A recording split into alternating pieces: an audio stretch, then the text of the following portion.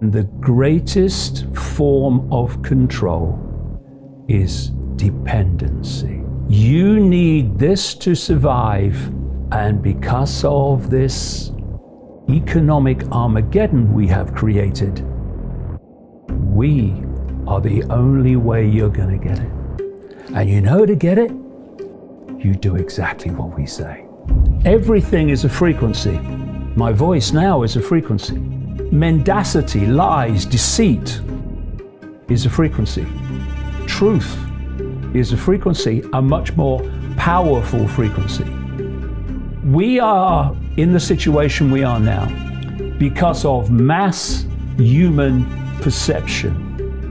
Part of that perception is there is a dangerous virus, so I must stay indoors because the authorities are looking after my interests and they've told me that I have to, and if I go out I might catch this deadly virus and oh my God, we're all going to die. If you concede to stupid, you become bloody stupid. You can't produce a vaccine for something you've not isolated. But if it's a scam to put what's in that vaccine into every man, woman, and child on the planet, then you don't need to develop a vaccine for a virus, because that's not the idea of the vaccine. The idea of the vaccine is to get into people what has been planned to be in there all along. The synthetic human they are planning in the next stage is designed to have no means of procreation. We are love, that's what we are. Everything else is what we are programmed to perceive that we are, and that's the enslavement. We need people to stand up, look the dragon in the eye, and wait for the dragon to blink, because it will.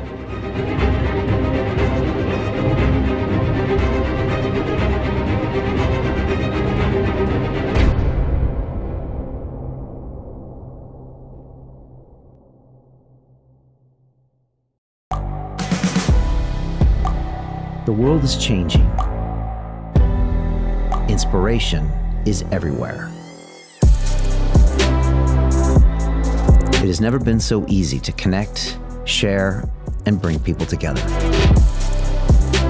We're learning from others and finding the best in ourselves. Challenging our beliefs. Sharing our vulnerability. Overcoming our fears. Transforming ourselves so we can transform the world. How far can we go? This is London Real. I am Brian Rose. My guest today is... Hi, it's Brian Rose from London Real. You probably know that we've just recently been re-platformed on YouTube after 25 months completely in the dark. The truth is, I really need your help. What I really need you to do is click on that subscribe button right now, like this video, and maybe even leave a comment or share the link with friends. We're really fighting against an algorithm that's tried to keep us quiet for so long, and the more subscribers we have, the more people watch our content, the better guests we can bring you, the better content, and we can continue transforming lives. We've been doing this for 14 years now. I want to do this for another 14 years, but I really need your help. So click on that subscribe button, like the video, leave a comment, share this, and we're going to continue to bring you more and more great content. Thank you.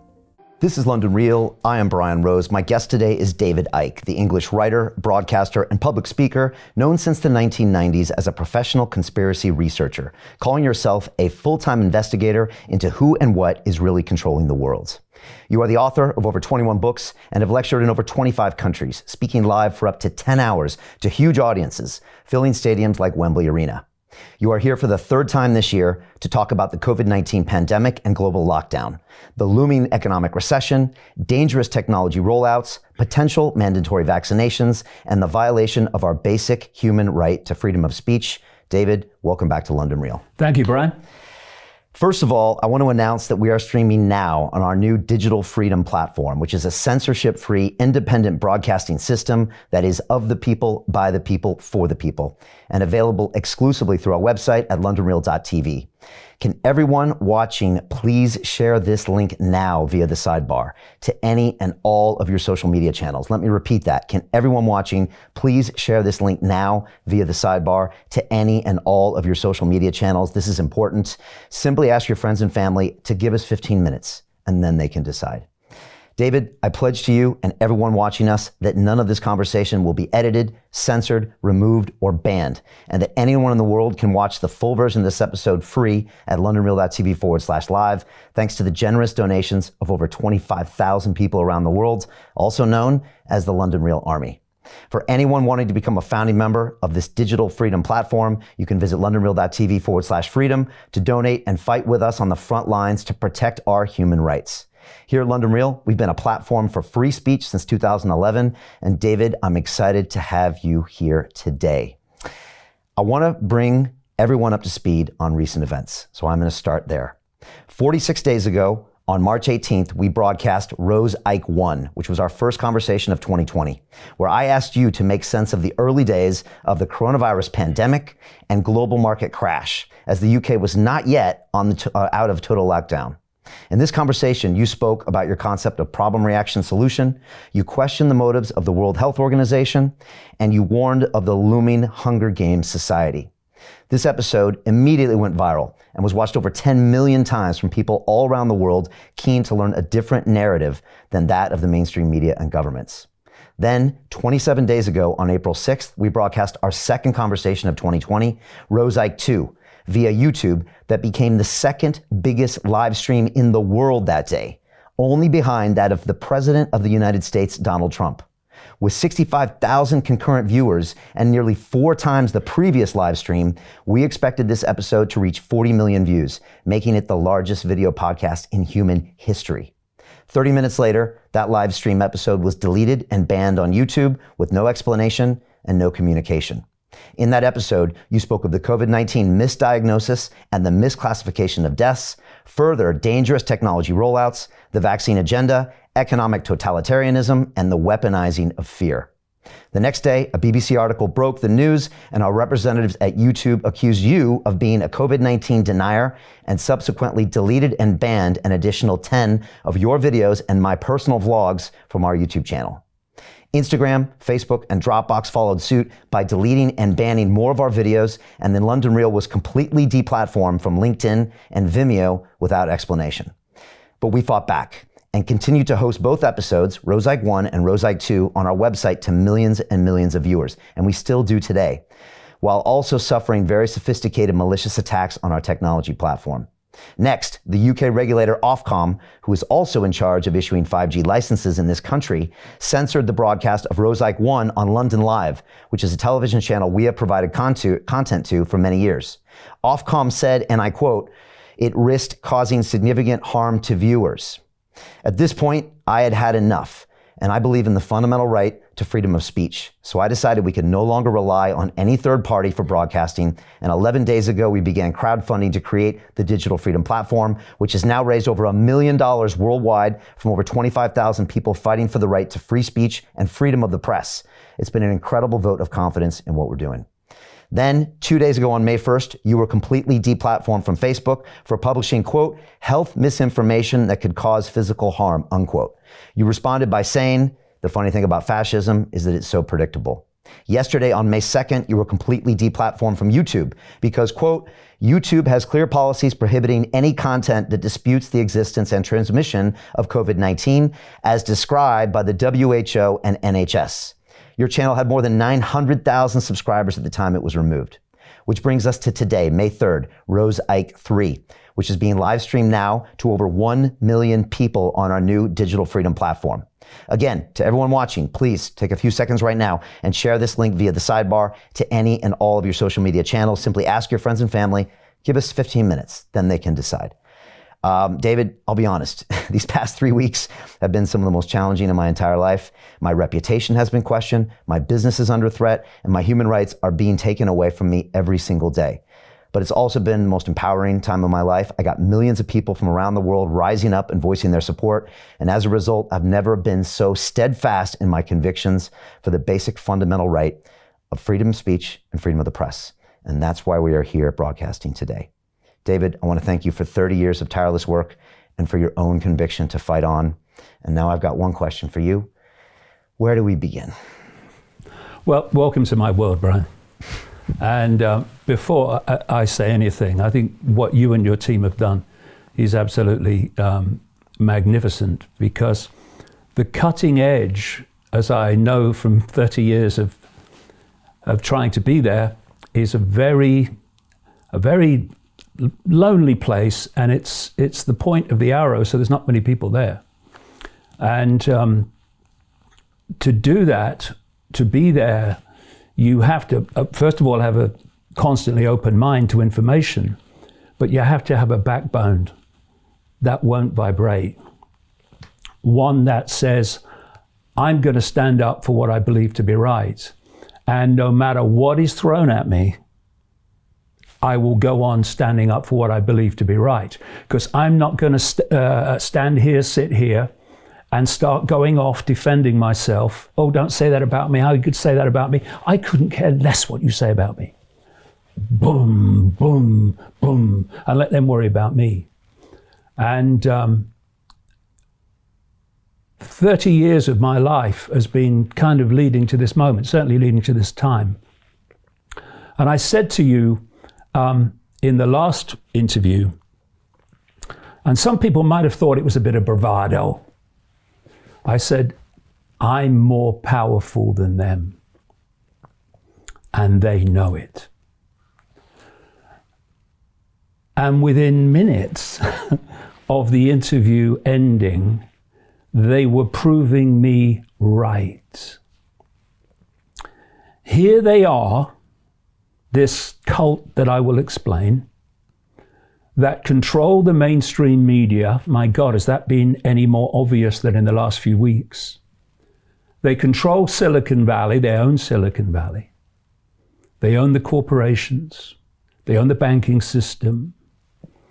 And yet, one interview with one guy, and this all-powerful, we're in control, omnipotent, all-powerful force is running around like someone shouting, fire!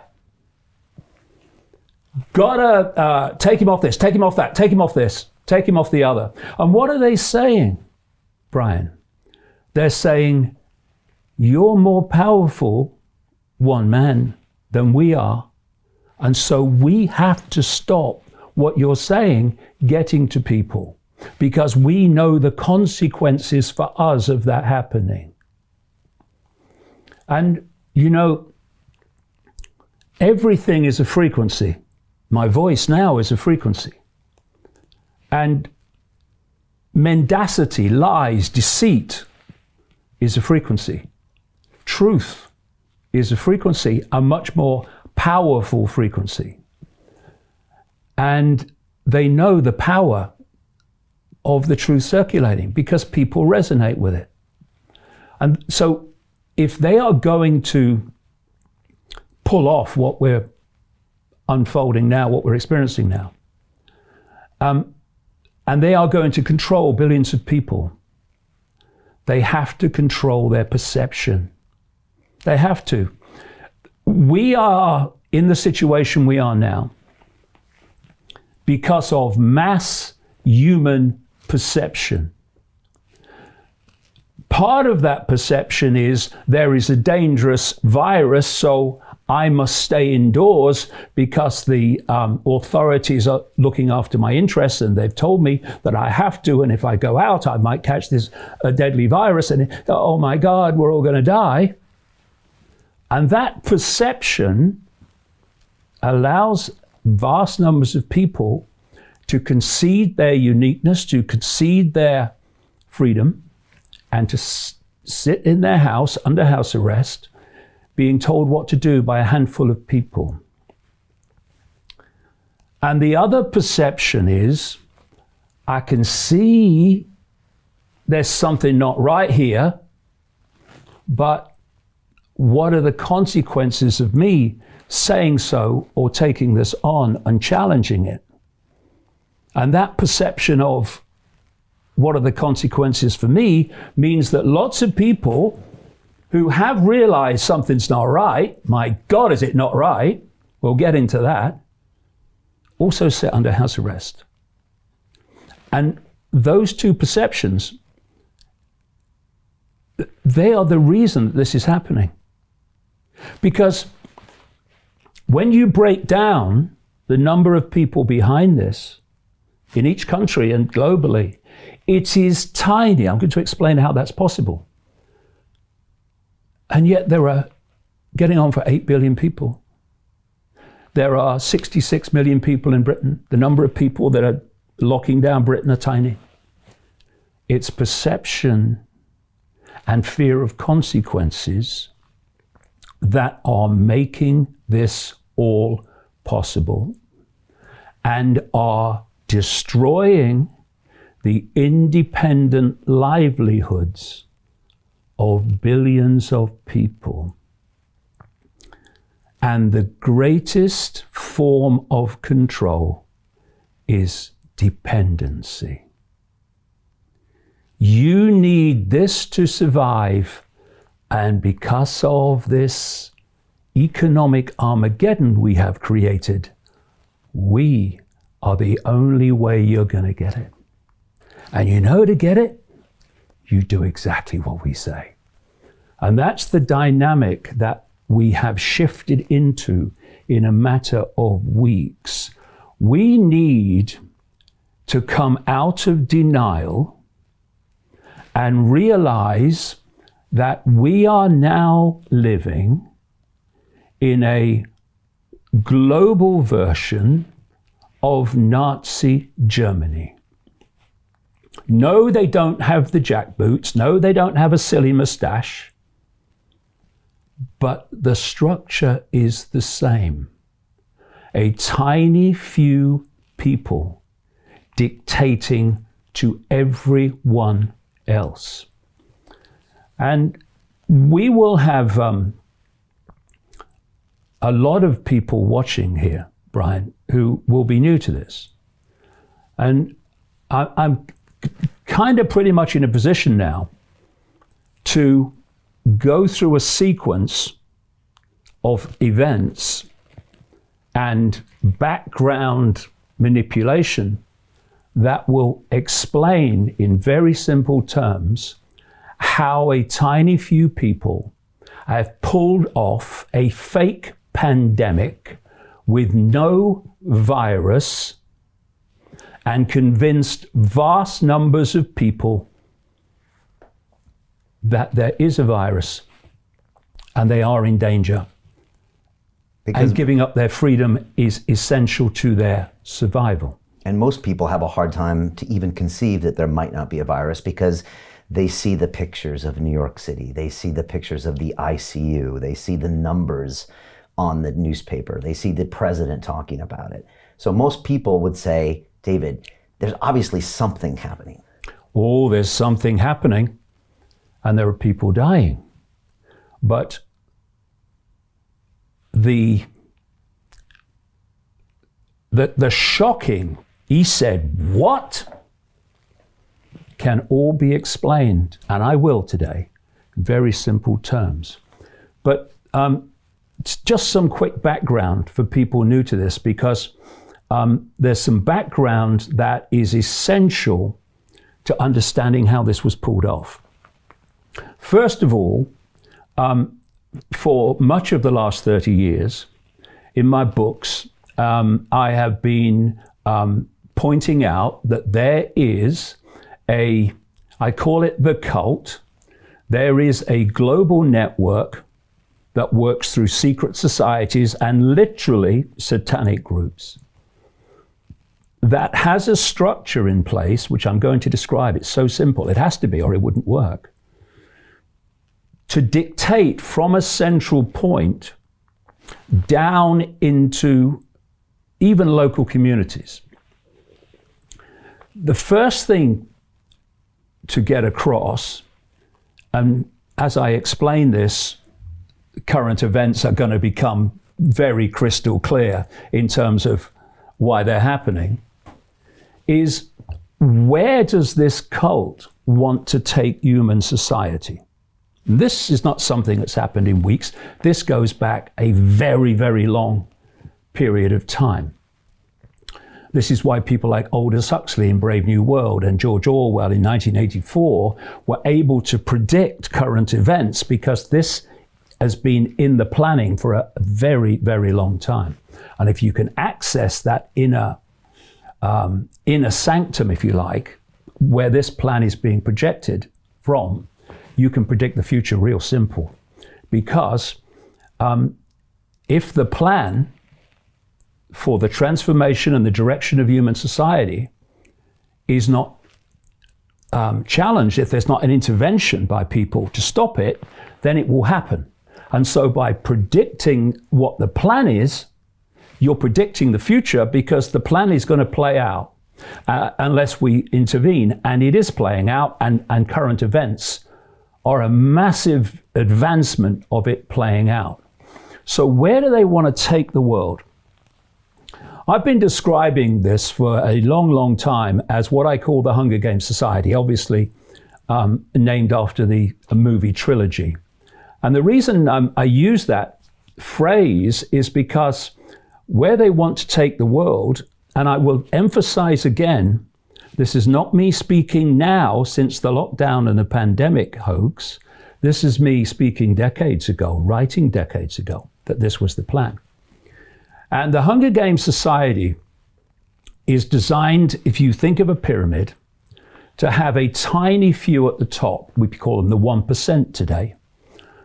And at the bottom, the rest of humanity, basically, in dependency, in deprivation, in poverty, and crucially, again, the word dependent upon the 1% for the means of survival.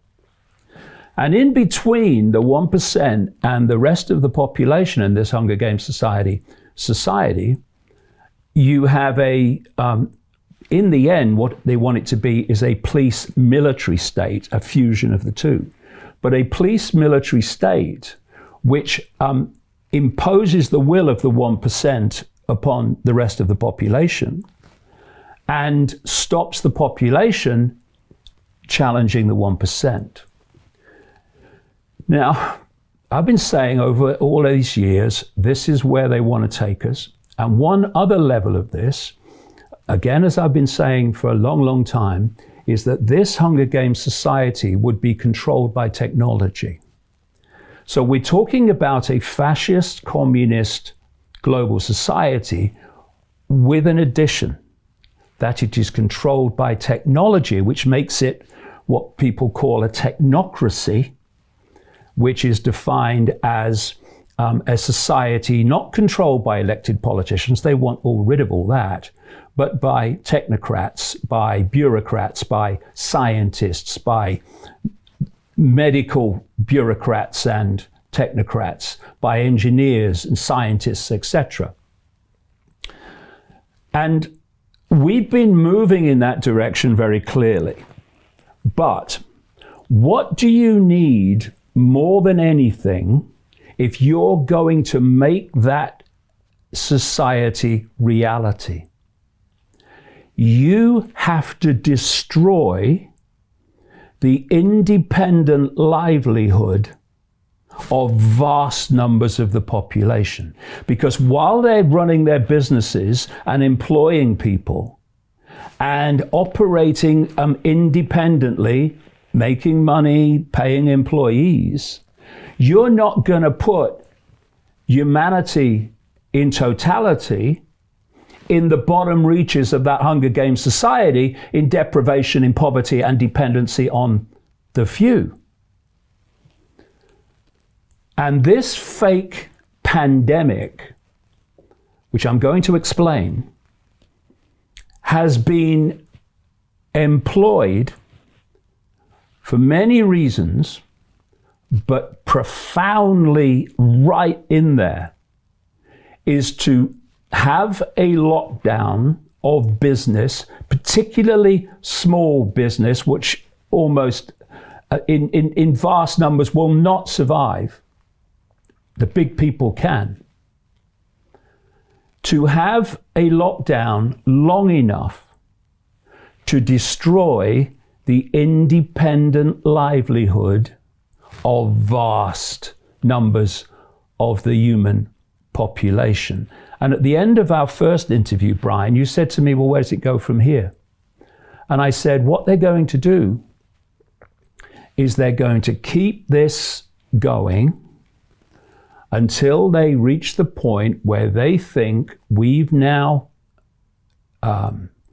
reached a situation where we've transformed human society, we have destroyed the independent livelihood of enormous numbers of people, and it's irreversible. And that's what they're holding on to. And what you're going to see is some of it rolled back, as little as they can get away with. And then they're planning new waves of the virus, which we're going to get into, and then they will bring lockdown back. And the other part of this is they want the whole human population vaccinated, and we'll get into that later, and the almost indescribable extremes of psychopath that we have in Bill Gates. So that's where they want to take society. Okay. Let me ask you a quick question. Yeah. Why would someone who was a member of the 1%, who, take, for example, Gates, like with hundreds of billions of dollars, and say the 1% is wealthy, they have real estate, they have jets, why would they want more? Well, because I think this is something we should get into later, because I can explain this. But this is not about money, you see. This is about control. This is about a complete takeover, not just of humans in the physical sense, if you like. It's to take over their minds and their perceptions directly in the end through connecting their brains, human brains, to AI, which they're already talking about, and they're already giving us a time scale of 2030. And all this is going on now. They're all stepping stones to that. And why do they want to do that? Why? Well, that is a big picture, which would be better, I think, a little bit later on, when I can get into all that. Who are these people and why are they doing it? Because it goes very, very deep. And they are hijacking human society. They're hijacking the human race. And later in the chat, we should get into that, because it's apparently far out, but less and less far out, as what we thought was far out in terms of this would never happen is now happening. But the point about, we talked about where they want to go. So how do they take us there? And what's the structure that allows them to pull off something like this global fake pandemic, as I would call it? If you think of a transnational corporation, the structure is basically the same, except that instead of subsidiaries in different countries, it's secret society networks and family bloodline networks. So you have a central point, say the headquarters of this cult, and it operates in the shadows. And it's dictating from the center. Then in each country, you have subsidiary networks of this cult. And their job in each country is to control that country's politics, government administration, what we call with control of the intelligence network, control of the military, and so on. We call the deep state now. We even have a word for it. I've been writing about this for decades. Now people are actually calling it the deep state. So you have these networks, and they are there to control the politics, government administration, major corporations, the banking system and finance, and the media, ownership of the media, to control perception by controlling information. And part of these different pyramidal hierarchies with the cult at the top include control of the medical systems in each country, control of health systems, control of the big pharmaceutical cartel, mainstream medicine arena. So this is going on in every country, with the central point, I call it the spider, dictating, just like a transnational corporation dictates to its subsidiaries, and they're all working to the same agenda, the same blueprint. And there's two mass mind control, mass mind perceptual manipulation techniques that this cult uses to advance its agenda. One I called a long time ago problem, reaction, solution, where you covertly create a problem, you get your unquestioning media, have we seen that or not in the last few weeks, to tell the public the version of that problem you want them to believe, and you want the public to be saying in a state of fear and anxiety or outrage, something must be done, what are they going to do about it? And then those who've covertly created the problem and got that reaction then openly offer the solutions to the problems they've covertly created and blame someone else for. And there's another version of that, which I have called no problem reaction solution. That's where you don't need a real problem, you need the perception of one. Weapons of mass destruction in Iraq. There was a no problem reaction solution to justify the invasion with all its ongoing consequences of Iraq. There's a no problem reaction solution called human caused climate change, which, when you break down the facts as opposed to the propaganda, is absolutely unsupportable. And then we come to current events and a colossal, of historic, unprecedented proportions, no problem reaction solution, the global pandemic. So with that background, how have they pulled it off? Well, I go back to the fact that each country has its own subsidiary network of the cult, whose job is to impose the will of the cult centrally dictated. And therefore, these different subsidiaries can work as one unit when, to the public, they're different countries, there are borders, there are different races and political systems. Actually, at the cult level, there are no borders. This is vital to understand. Something else I've been saying for decades before this started is the blueprint for the global Orwellian fascist society, the technocracy, is China. I said what they are doing and what they've done, this has been in my books for years, they have had a fierce, vicious dictatorship in China for a long period. This means, unlike in the West, where until now, no longer, they've had to pay lip service to freedom and democracy and all that stuff. In China, what we want, we're bloody doing. And so they've been able, through simple imposition, to create and incubate the very society that this cult wants globally. And China is a technocracy. It's run by technology and by technocrats, to the point where there are millions of face recognition cameras in Chinese cities, and as documentaries have shown, they could find almost anyone in minutes through this real-time face recognition system. It is, in China, what they want the world to be. Now, here's a question.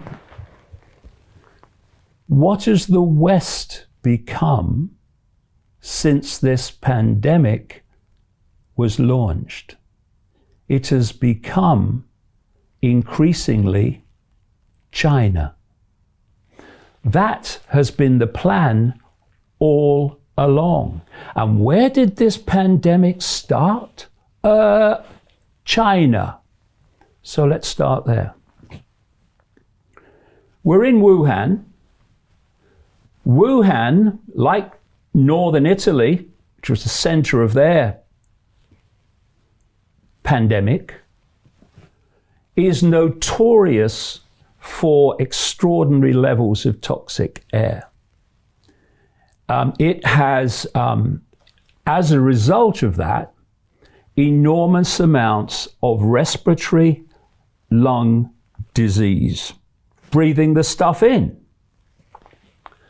So suddenly people start getting taken ill, about just under 200 people in Wuhan, and they connected at first to a wet market and stuff, strange things that they eat. But as Dr. Andrew Kaufman, who you, of course, interviewed this week, and I've been quoting for a long time, an absolutely forensic medical researcher who goes back to original papers and reads them, not secondhand. As he's pointed out, the Chinese authorities, I say, this cult network, looked at these people that were taken ill, and they decided on no evidence, no scientific proof that the cause of it was a virus. And what they did was take fluid from the lungs, I think it was about 7 people, and they looked at what they could find in it. And they found a genetic code, what they call an RNA genetic code, not a virus. As Kaufman points out, at no point has this genetic material been what they call purified to get rid of all the other material in the code and leave just the virus, which they say is causing this illness that they're claiming. And they could do it through a filtration process. They did not do it. And the point about this genetic material is it's found in vast numbers of people. And so when they started testing for it, and this PCR test that they're testing for COVID-19 all over the world now, as doctors and scientists have pointed out, those with the guts to come out, they ain't testing for COVID-19. They're testing for this genetic material that's found in loads of bodies, people's bodies. That's why so many are testing positive. They're not testing positive for a virus. So what happened in China, stage 1, is first of all, they started diagnosing this new virus they have not purified and shown to exist through symptoms. They would really struggle in Wuhan to find respiratory symptoms, wouldn't they? Just like everywhere. So they start saying that these respiratory illnesses that you find all the time in Wuhan were now this new virus. No proof. And so the numbers started getting up. And then they introduced this test, which is not testing for a virus, it's testing for genetic material that loads of people have in their body as a matter of course. Therefore, they're testing positive. And if you remember, there was this massive hype. They built hospitals in days, to meet, oh God, what's happening? Oh, we're all dying. When you actually break down the numbers now, the number of people who appear to have died from this in China dramatically less than we were led to believe. So now the media eventually starts hyping this up. Ooh, this could come to the West, this could come to the West. And the numbers were going up in China. Oh, we're all going to die. And then it starts moving westward. And this is the key to understand. This is the key to the whole scam. The Chinese reaction to this virus was a draconian, merciless lockdown. People locked in their homes where they starved, it seems. People pulled off the street. There was this draconian lockdown. And then what happened? Suddenly, the figures start to fall. Just as this thing is moving into the West, or we told it is, the figures start to fall. Now, if you don't have a virus, but you are giving the impression that there's one through symptom diagnosis and a test that's absolutely useless and not testing for a virus, then you have control of the figures. You know, people have said to me in the alternative media, well, why would they not have a virus? Why wouldn't they just release a bioweapon, right? Well, if you release a virus that actually is real and it is deadly, well, immediately you release it, you lost control of it. And you have the potential of taking out lots of people you don't want taking out. Because although there's a tiny number of you at the core, you're relying on lots of compartmentalized people in the system to impose your will on society. You don't want to take them out. You lose control of it. But if you are creating the illusion of a virus through figures and symptoms that are other diseases, and through a test that is testing positive for a genetic material that loads of people have in their body and not for a virus, and if you are giving the impression that lots of people are dying from this virus because you're telling doctors, we'll come to this, and they've admitted it, lots of them, you're telling doctors that if they test positive for COVID-19, i.e. this genetic material, which loads of people have, then COVID-19 must go on the death certificate, even if they've died of lung cancer or heart disease, or they've fallen down the frickin' stairs. People who are new to this will go, that's ridiculous. No, this is what is happening, and this is what brave doctors that have come out are telling you. And indeed, you can see the legislation and the regulations. Do you know, in places like Scotland, it's the rule that if someone is testing positive for COVID-19, in other words, this genetic material, not the virus, and they die within 28 days, COVID-19 has to go on the death certificate. This is how they're scamming it, right? And we're seeing testimonials from doctors in America that are being pressured to write things on an autopsy report. They've never experienced that in their careers. He said, you always just say the facts, but we've seen these doctors in California and New York City and a lot of places that saying they're being pushed for this diagnosis. Now, here's a question straight away. If there is a real virus, why do you have to fix the figures on the unbelievable monumental scale that they have? You don't. You have to fix the figures when there's a scam going on. That's why in the climate change arena, fixing the data has come to light so often, because they don't have a real problem, so they have to fix the data to give the impression that they do. In the same way, they don't have a real virus, so they have to fix the data to give the impression that there is one. Now, if we go back to China, so it was absolutely crucial, for reasons that will become clear, that when this thing started in China, that the Chinese model of responding to it, which was a draconian lockdown, became the blueprint for dealing with this pandemic. So immediately that started, and they had those incredibly vicious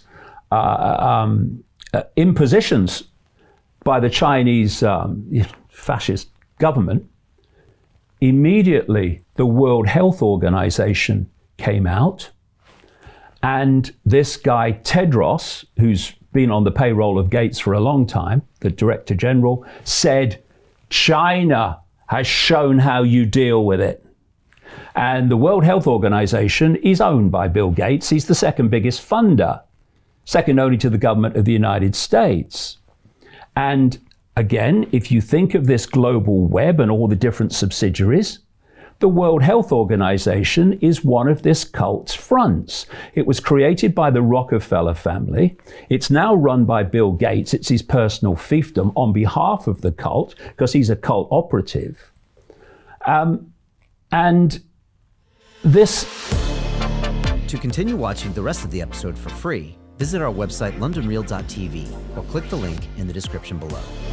Most people will never see this opportunity. Dubai luxury transformation projects have historically delivered 40 to 90% annual returns. That is incredible. These were once reserved only for insiders with access. I spent 15 years on Wall Street, and I learned this: the biggest returns always go to the people who get the call first. Now, you finally can.